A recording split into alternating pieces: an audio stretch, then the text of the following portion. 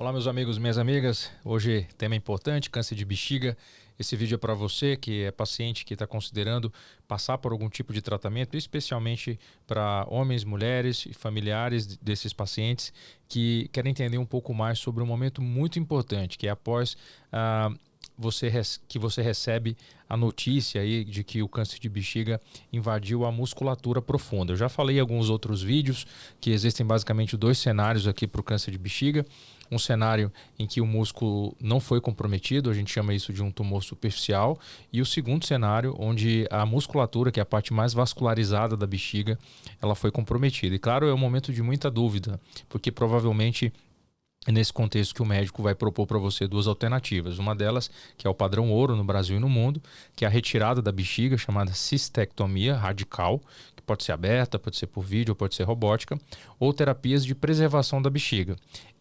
Esse vídeo de terapia de preservação da bexiga existe, ele está aqui disponível no nosso canal, você pode digitar terapia de preservação de bexiga e essa estratégia ela é útil para uma população muito pequena de pessoas que têm a forma invasiva da doença. Em cerca de 30% dos pacientes conseguem preservar a sua bexiga, especialmente aqueles que têm tumores pequenos, até 3 centímetros, o tumor não está provocando dilatação do rim, o paciente não pode ter o carcinoma in situ, então tem uma série de critérios que devem ser preenchidos. Mas esse vídeo aqui é destinado para que você entenda, baseado no caso real de um paciente que eu estou conduzindo.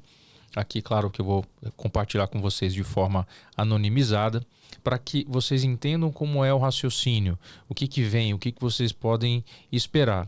E para isso eu vou responder 12 perguntas mais frequentes que vão ajudar você a chegar mais preparado na sua consulta médica. Eu tenho certeza que esse conteúdo vai ajudar bastante. Então, meu convite para você me acompanhar até o final desse vídeo.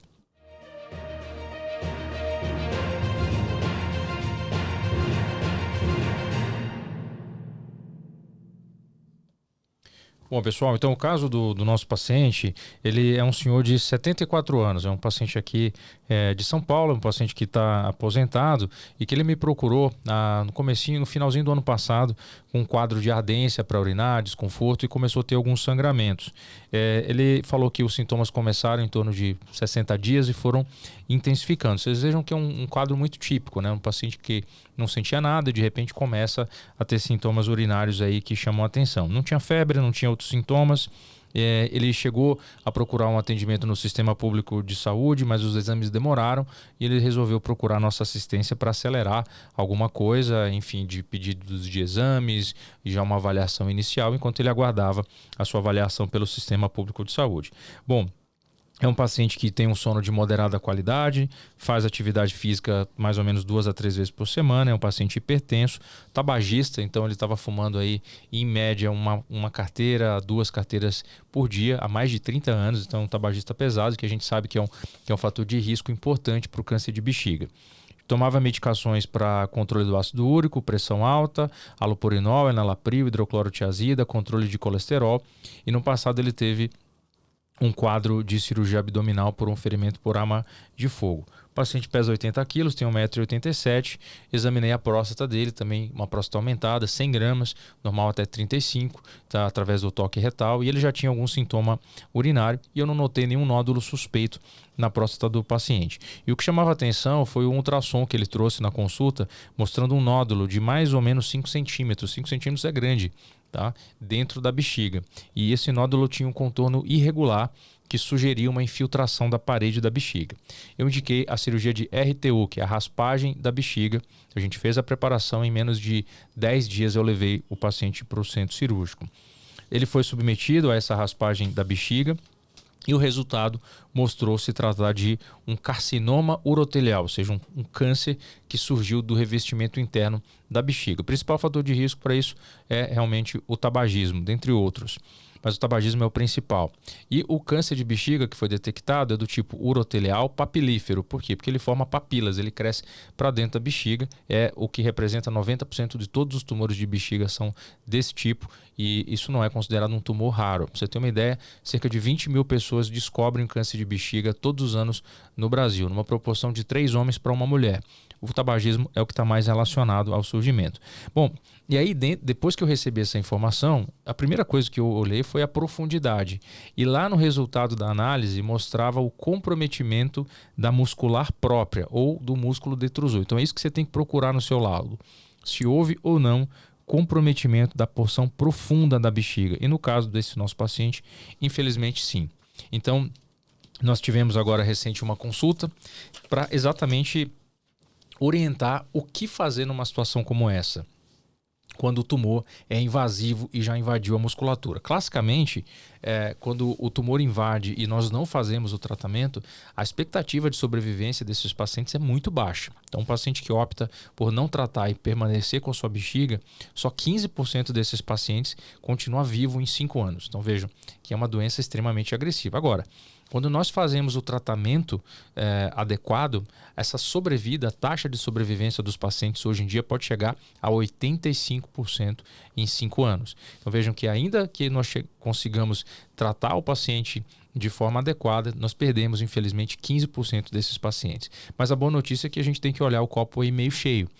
Existe tratamento para uma situação como essa, existe chance de cura, mas as opções de tratamento hoje elas são radicais, especialmente a retirada da bexiga na grande maioria desses pacientes. E para melhorar as taxas de sucesso, nós tradicionalmente utilizamos uma estratégia chamada quimioterapia antes da retirada da bexiga. Isso é feito para potencializar o efeito da cirurgia e destruir qualquer célula que já tenha saído do órgão e esteja tentando se implantar em tecidos à distância. Então eu vou compartilhar com vocês aqui algumas perguntas mais frequentes nesse cenário para que você chegue mais preparado. Então, câncer de bexiga, fala um pouco de tratamento e recuperação. Eu já falei para vocês aqui a definição então do tumor de bexiga. Ele invade a muscular profunda, então nós chamamos que é o câncer de bexiga invasivo da musculatura. E isso é muito importante você diferenciar do câncer de bexiga superficial, aquele que não invadiu a musculatura. Nesse caso, a gente não precisa retirar a bexiga.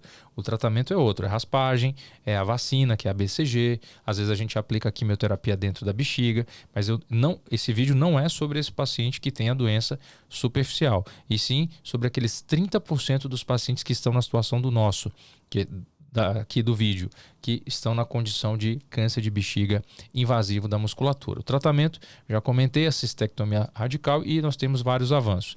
Basicamente, o nosso paciente identificou o tumor nesse momento aqui, onde já houve o comprometimento da musculatura. Tá?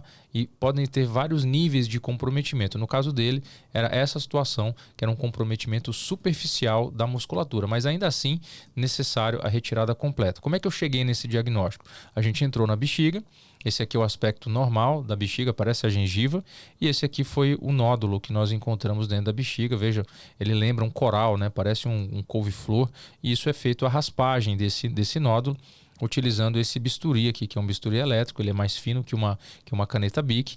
Nós raspamos o tumor superficialmente e depois nós fazemos uma amostra aqui profunda para exatamente mandar isso para o laboratório e chegar no momento onde nós estamos agora, que é exatamente essa definição, se o tumor foi infiltrativo da musculatura ou não.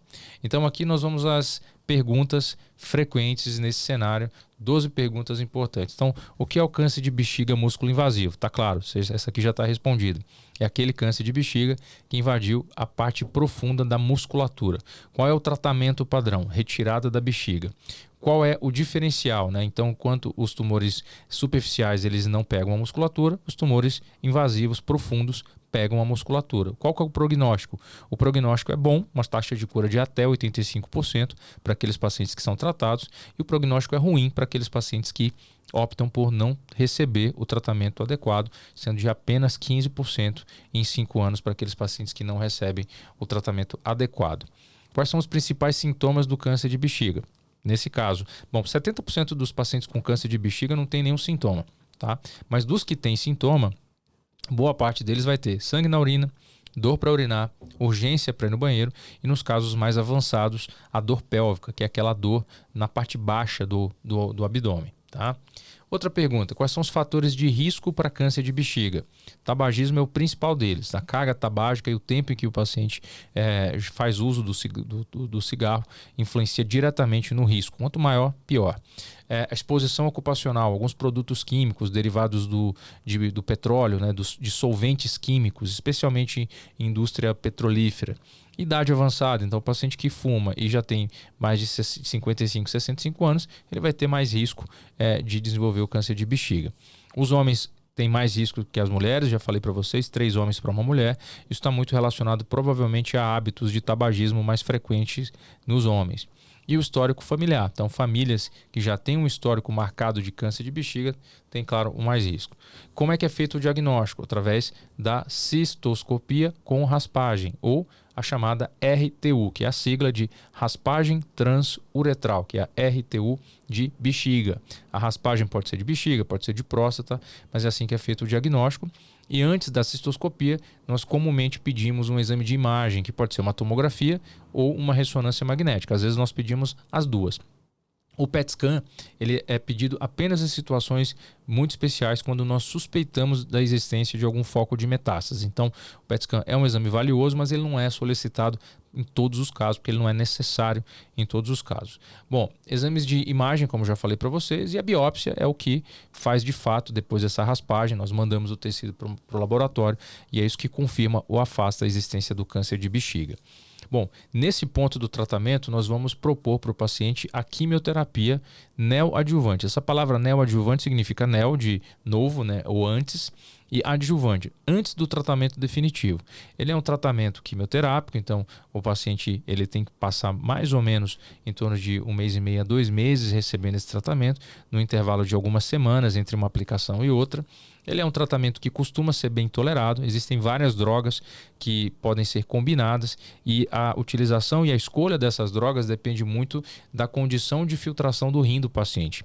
Quando o paciente tem uma boa filtração do rim, nós usamos um tratamento com 3 drogas, que a sigla nós chamamos de MVAC. São 3 drogas. Quando o paciente tem uma filtração do rim um pouquinho debilitada, nós mudamos para um outro esquema chamado gencitabina e cisplatina, que é o GC, que tem menos efeito colateral, mas tem um pouquinho menos de efetividade do que essa terapia que eu falei para vocês com 3 drogas. Na prática, boa parte dos pacientes vão receber a quimioterapia com GC. Tá? Então, isso é um tratamento que é feito com o objetivo, lembre, isso não vai curar completamente o paciente, mas vai diminuir a possibilidade de alguma célula que tenha saído da bexiga consiga se implantar na forma de metástase em algum órgão à distância.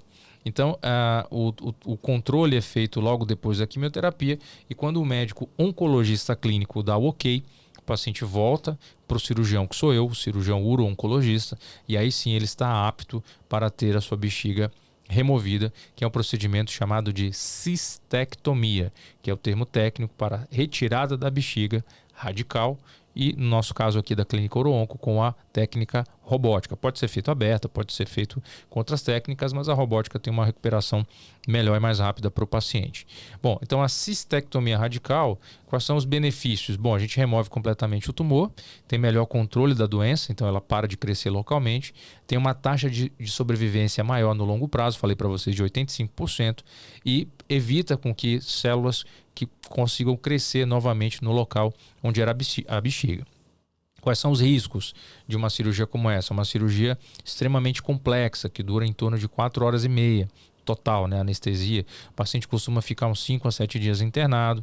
É uma cirurgia considerada de grande porte. Tem os riscos relacionados à anestesia geral, que a gente controla com uma boa avaliação. O paciente precisa ter uma reserva de sangue. A taxa de transfusão é em torno de 1 a 2%, podendo chegar até 3%. Né? O paciente tem que ser acompanhado a sua filtração do rim. Tem um impacto, obviamente, psicológico, então a gente tem que dar esse suporte psicológico, nutricional para o paciente. Então, todos esses riscos eles são mapeados aí antes, durante e depois da cirurgia. Então, o segredo para um sucesso de uma cirurgia dessa não é simplesmente o cirurgião chegar lá e retirar a bexiga do paciente. Isso é apenas uma etapa do tratamento. O tratamento ele começa antes, com a quimioterapia, com suporte psicológico, suporte nutricional, avaliação cardiológica, uma cirurgia bem executada no hospital que tem um suporte e depois a gente vai falar de reabilitação e acompanhamento. Então, cirurgia não é só o ato em si. Cirurgia é o que envolve todo o cuidado que tem que ser necessário, dispensado necessariamente ao paciente. Então, a derivação urinária, porque você vai me perguntar, Bruno, como é que é feita essa derivação urinária? Ora, se a gente tira a bexiga, o que acontece, né? Então, basicamente, a bexiga ela tem duas funções. Ela é um reservatório e ela é uma bomba. Então, quando o reservatório enche, ativa-se a função de bomba e ela esvazia. Quando eu tiro o órgão, eu perco essas duas funções, de reservatório e de bomba. Então, eu tenho duas opções. Eu posso simplesmente desviar o fluxo de urina do rim para fora, aqui para a barriga, né? Então, a gente faz uma bolsinha ali com esses orifícios dos ureteres que vem do rim, e ali a gente acopla uma bolsinha de mais ou menos 300 ml, e essa bolsinha, conforme ela vai enchendo, automaticamente o paciente não tem controle sobre parar ou iniciar o enchimento dela. Quando ela enche, o paciente vai no banheiro, esvazia, tampa de novo, lava a mão e acabou. Então ele não tem contato com a urina. Isso a gente chama de derivação ileal ou derivação de Bricker. Eu vou mostrar para vocês uma foto lá na frente. Essa é mais prática, porque o paciente não precisa ficar se preocupando se ele vai ter uma estrutura para esvaziar. Por quê? Porque o esvaziamento da urina é feito direto na bolsa. Existe uma outra situação em que nós podemos pegar um pedaço do intestino, que é um tubo, remodelar em forma de uma esfera e fazer um reservatório no local onde era a bexiga. Nesse caso, esse reservatório ele não tem função de bomba. Então ele apenas armazena internamente no abdômen do paciente a urina que é produzida pelo rim. Só que o paciente tem que ativamente esvaziar. Como? Ou através da pressão na parte baixa da barriga e o xixi sai, ou através da passagem de uma sonda, toda vez que for esvaziar o reservatório. Então, essa técnica é chamada de neobexiga. É muito boa porque por questões estéticas, geralmente as mulheres preferem mais essa técnica, mas ela é muito mais trabalhosa, porque o paciente tem que esvaziar ativamente, tem que lavar o reservatório com uma solução, pelo menos a cada 15 dias. Então, ela é mais estética, mas ela é mais trabalhosa. Para os homens que não se preocupem, para as mulheres que não se preocupam com essa questão estética, a derivação urinária é disparado a derivação mais feita. Então, eu vou dizer para você que cada 10 pacientes que nós tratamos com câncer de bexiga, 9 deles escolhem a bolsinha. Embora pareça estranho de início, né, assustador até, mas depois de alguns meses usando a bolsinha, boa parte dos pacientes acabam deixando aquilo ali na rotina, até porque essa bolsa não fica aparente, então ninguém sabe que você usa essa bolsa, e só quando você vai no banheiro, né, esvazia a bolsa diretamente ali na privada, e aí sim você vai ter contato com esse dispositivo. Então é o que nós chamamos de opções de reconstrução. O conducto ileal, que é também conhecido por nós como cirurgia de Bricker, é mais simples e mais prático. A neobexiga ortotópica, que ou seja, a bexiga que é colocada no lugar, o reservatório que é colocado no lugar onde era a bexiga, e a neobexiga heterotópica, ou seja, a bolsa continente, quando esse reservatório é colocado mais alto aqui na barriga. Tá? Então, basicamente é isso. Bom, já falei dos fatores de risco, né? O tabagismo, muito importante, substâncias cancerígenas, mas é preciso que o paciente tenha uma exposição prolongada a essas substâncias para que ocorra o dano no DNA e o surgimento da célula cancerígena. Bom, voltando um pouquinho sobre efeitos colaterais da quimioterapia, os principais aqui relacionados são fadiga, o cansaço. Então, o paciente pode ter um cansaço nos próximos 2 a 3 dias depois da infusão da quimioterapia, aquele cansaço muito grande, uma certa indisposição, alguns têm diarreia, alguns têm náusea, podem ter um pouco de vômito, mas isso geralmente melhora com remédios sintomáticos de 2 a 3 dias. Neuropatia. O que é a neuropatia? Às vezes alguns pacientes relatam uma sensação de formigamento nos dedos, né? Isso pode ser um dos efeitos dos quimioterápicos, mas nós já fazemos esse rastreamento de quem são os pacientes que têm risco de ter essa neuropatia, principalmente os pacientes diabéticos e aqueles que já têm uma taxa de filtração do rim um pouco debilitada. Para esses pacientes a gente acaba evitando usar aquela droga, lembra que eu falei para você? Aquela combinação de 3 drogas, que é o MVAC. Então a gente vai usar o GC, que é a gencitabina com a cisplatina. Queda de cabelo pode acontecer também e, obviamente, o risco de baixa de imunidade. Então é por isso que você tem que evitar o convívio com aglomerações, evitar transporte público, se possível, né? Às vezes não é possível, mas usar máscara se você tiver que usar o transporte público. Enfim, cuidados, porque a sua imunidade ela vai estar debilitada por um determinado período, que é o período que você vai receber o tratamento ali com a quimioterapia. Tá? Então é muito importante você entender que a quimioterapia é um tratamento bem tolerado, mas como tudo na medicina sempre tem risco de efeitos colaterais. Então a importância desse acompanhamento é fundamental para diminuir as chances da doença voltar e aumentar as suas chances de cura. Nos primeiros 2 anos o paciente tem que voltar no médico a cada 3 ou 4 meses. Depois, do 3º ao 5º ano, a cada 6 meses é um acompanhamento, e conforme o tempo vai passando, o risco da recorrência, o risco da doença voltar tende a diminuir.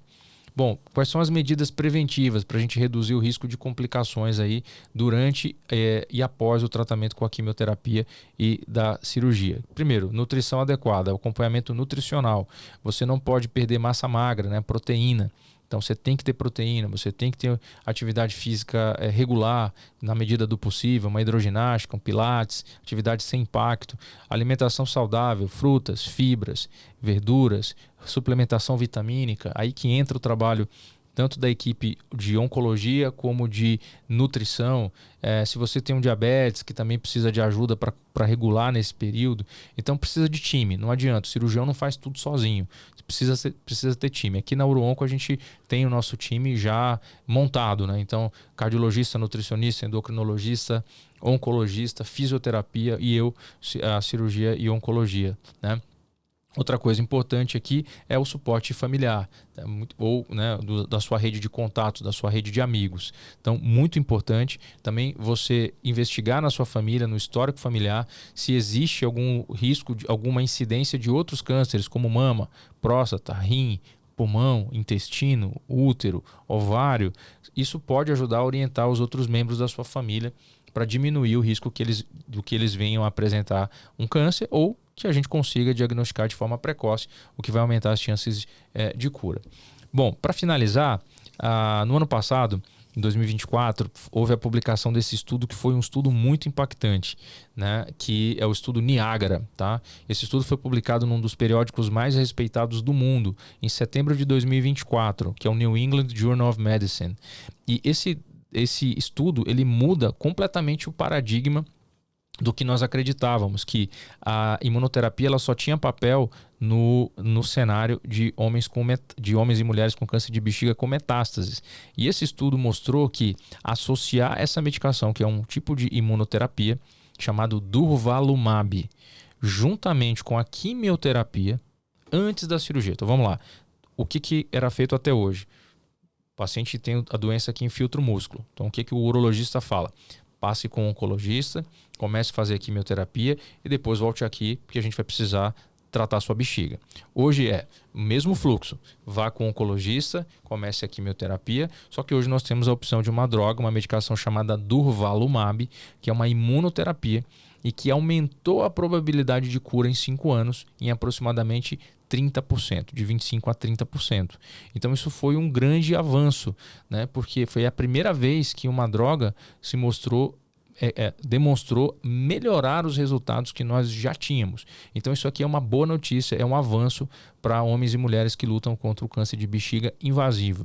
E essa medicação ela é dada por mais alguns meses depois da cirurgia, mostrando que boa parte dos pacientes que recebeu esse tratamento mais intenso, eles conseguiram inclusive fazer a cirurgia e conseguiram receber o tratamento por mais tempo, o que era uma das grandes preocupações no início do estudo. Será que se a gente adicionar mais uma droga, o paciente vai ter mais efeito colateral, ele vai ter mais complicação ou ele vai perder eventualmente até a condição física de ser submetido a uma retirada da bexiga? E esse estudo mostrou que não, que é seguro intensificar o tratamento, ou seja, o paciente ganha o benefício de ter uma expectativa de vida maior e ele não leva para casa mais risco de efeitos colaterais. Então, isso foi um estudo muito importante que mudou a nossa prática clínica. E aqui são alguns dados desse estudo, só para vocês terem uma ideia. Foi um estudo que envolveu mais de 1.000 homens, então foram 500 homens no braço da droga e 530 no braço do controle. E aqui o estudo controle comparou com aqueles que receberam quimioterapia. Então, eles não compararam com o placebo, né? Então, eles pegaram pacientes que iam receber quimioterapia mais a imuno versus aqueles que receberam só químio sem a imunoterapia. Então, foi um estudo do ponto de vista científico rigoroso, muito bom. E a sobrevida, né, livre de eventos, que é o que a gente fala de recidiva, foi melhor no grupo do durvalumab. E a expectativa de sobrevida global foi melhor naqueles pacientes que receberam a droga, de 82% versus 75% naqueles que não receberam o durvalumab, mostrando que houve uma redução importante aí no risco de morte desses pacientes da ordem de 25%. E outro dado importante é que em termos de efeitos colaterais, a droga foi muito bem tolerada, né? Só 0,6% dos eventos colaterais de complicações graves foram registradas e 40% dos pacientes em cada braço tiveram alguma queixa. Obviamente, as medicações elas trazem efeitos colaterais, mas a taxa de descontinuidade do tratamento foi uma taxa de descontinuidade considerada pequena. Bom, qual é a mensagem de tudo isso aqui que eu passei para vocês? Mensagem número 1. Câncer de bexiga invasivo da musculatura, o tratamento de retirada da bexiga ainda é o padrão ouro e que tem a maior chance de sobrevivência. Tá? Embora 30% das pessoas que têm a forma invasiva podem entrar num protocolo de preservação. Isso aqui é outro vídeo, eu já gravei. Mas partindo do princípio que você não pode ir para esse caminho, a retirada da bexiga é o melhor. Segundo, uma vez tomada a decisão de retirar a bexiga, a quimioterapia antes da retirada da bexiga é sempre a melhor estratégia. Terceiro, estudos recentes mostraram que adicionar a imunoterapia ao que já era feito, a quimioterapia antes da cirurgia, aumenta a expectativa de sobrevivência dos pacientes. E quarto, time. Avaliação multidisciplinar, nutrição, psicólogo, oncologista clínico, cirurgião, faz toda a diferença. E a estrutura do hospital, cirurgia com tecnologia, entra a robótica, faz toda a diferença no cuidado e no conforto que o paciente pode ter durante a jornada de recuperação. Portanto, a mensagem final é mostrar para você que o campo do tratamento do câncer de bexiga segue avançando. O que eu espero nos próximos anos é que os protocolos de preservação de bexiga ganhem cada vez mais espaço e que a gente tenha cada vez menos necessidade de retirar esse órgão que é tão importante. Nós ainda não chegamos lá, nós ainda não temos um tratamento de preservação da bexiga que tenha se mostrado superior à retirada, mas já temos alguns estudos que mostram que a preservação em casos selecionados pode ser uma estratégia pelo menos equivalente a retirada total da bexiga. Infelizmente não é para todo mundo, e aí que cabe a avaliação individualizada com o seu médico, que vai aconselhar você se você deve seguir por um caminho de preservação de bexiga, se você deve partir para uma retirada, e se a retirada vai ser feita com a quimioterapia mais a imunoterapia. Essas decisões elas são tomadas caso a caso e de forma individualizada. Certo, pessoal? Então, eu agradeço mais uma vez a atenção de vocês. Se você chegou até o final aqui, o meu muito obrigado, sinal que esse vídeo ajudou. Então, peço para você a gentileza de se inscrever aqui no canal, compartilhar aqui esses vídeos com alguém, esses vídeos do nosso canal com alguém que possa se beneficiar dessa informação. Isso mostra para o YouTube, para o algoritmo, que esse conteúdo é relevante e essa simples atitude pode ajudar uma quantidade enorme de pessoas. Você que não me conhece, eu sou um cirurgião urologista especializado em oncologia geniturinária, trabalho e atuo aqui em São Paulo, capital. Nós estamos na Borges Lagoa, zona sul de São Paulo. Sou diretor aqui da Clínica Uruonco, que vocês estão vendo aqui atrás. Nosso site é o www.clinicauruonco.com.br, tudo junto. Sou um dos urologistas do Hospital Alemão Oswaldo Cruz e aqui embaixo segue a minha rede social, que é o Instagram, @dr_benigno, embaixo, e logo aqui em cima o contato para nosso time de secretárias, para a gente tirar suas dúvidas caso elas surjam ou você precise de alguma avaliação. Temos uma brincadeira aqui no canal que quem chega até o final coloca aí embaixo a sua pergunta, fala de onde você está assistindo esse vídeo e escreve aí, câncer de bexiga, tudo junto do jeito que está escrito aí na tela, e compartilha a sua experiência, compartilha a experiência de algum familiar, algum amigo, alguma dúvida que você tenha, e a gente espera realmente que você chegue mais preparada na consulta com o seu médico. Ok? Considere aqui se inscrever no nosso canal, como eu já falei, nós temos um canal agora com quase 850 vídeos gratuitos sobre diversos temas da urologia, tanto temas benignos quanto malignos. Basta digitar o meu nome no YouTube, Dr. Bruno Benigno, e você vai ser direcionado aí para o nosso site. Tá bom, pessoal? Mais uma vez, muito obrigado pela atenção de todos e se cuidem aí. Até a próxima. Tchau, tchau. Um abraço.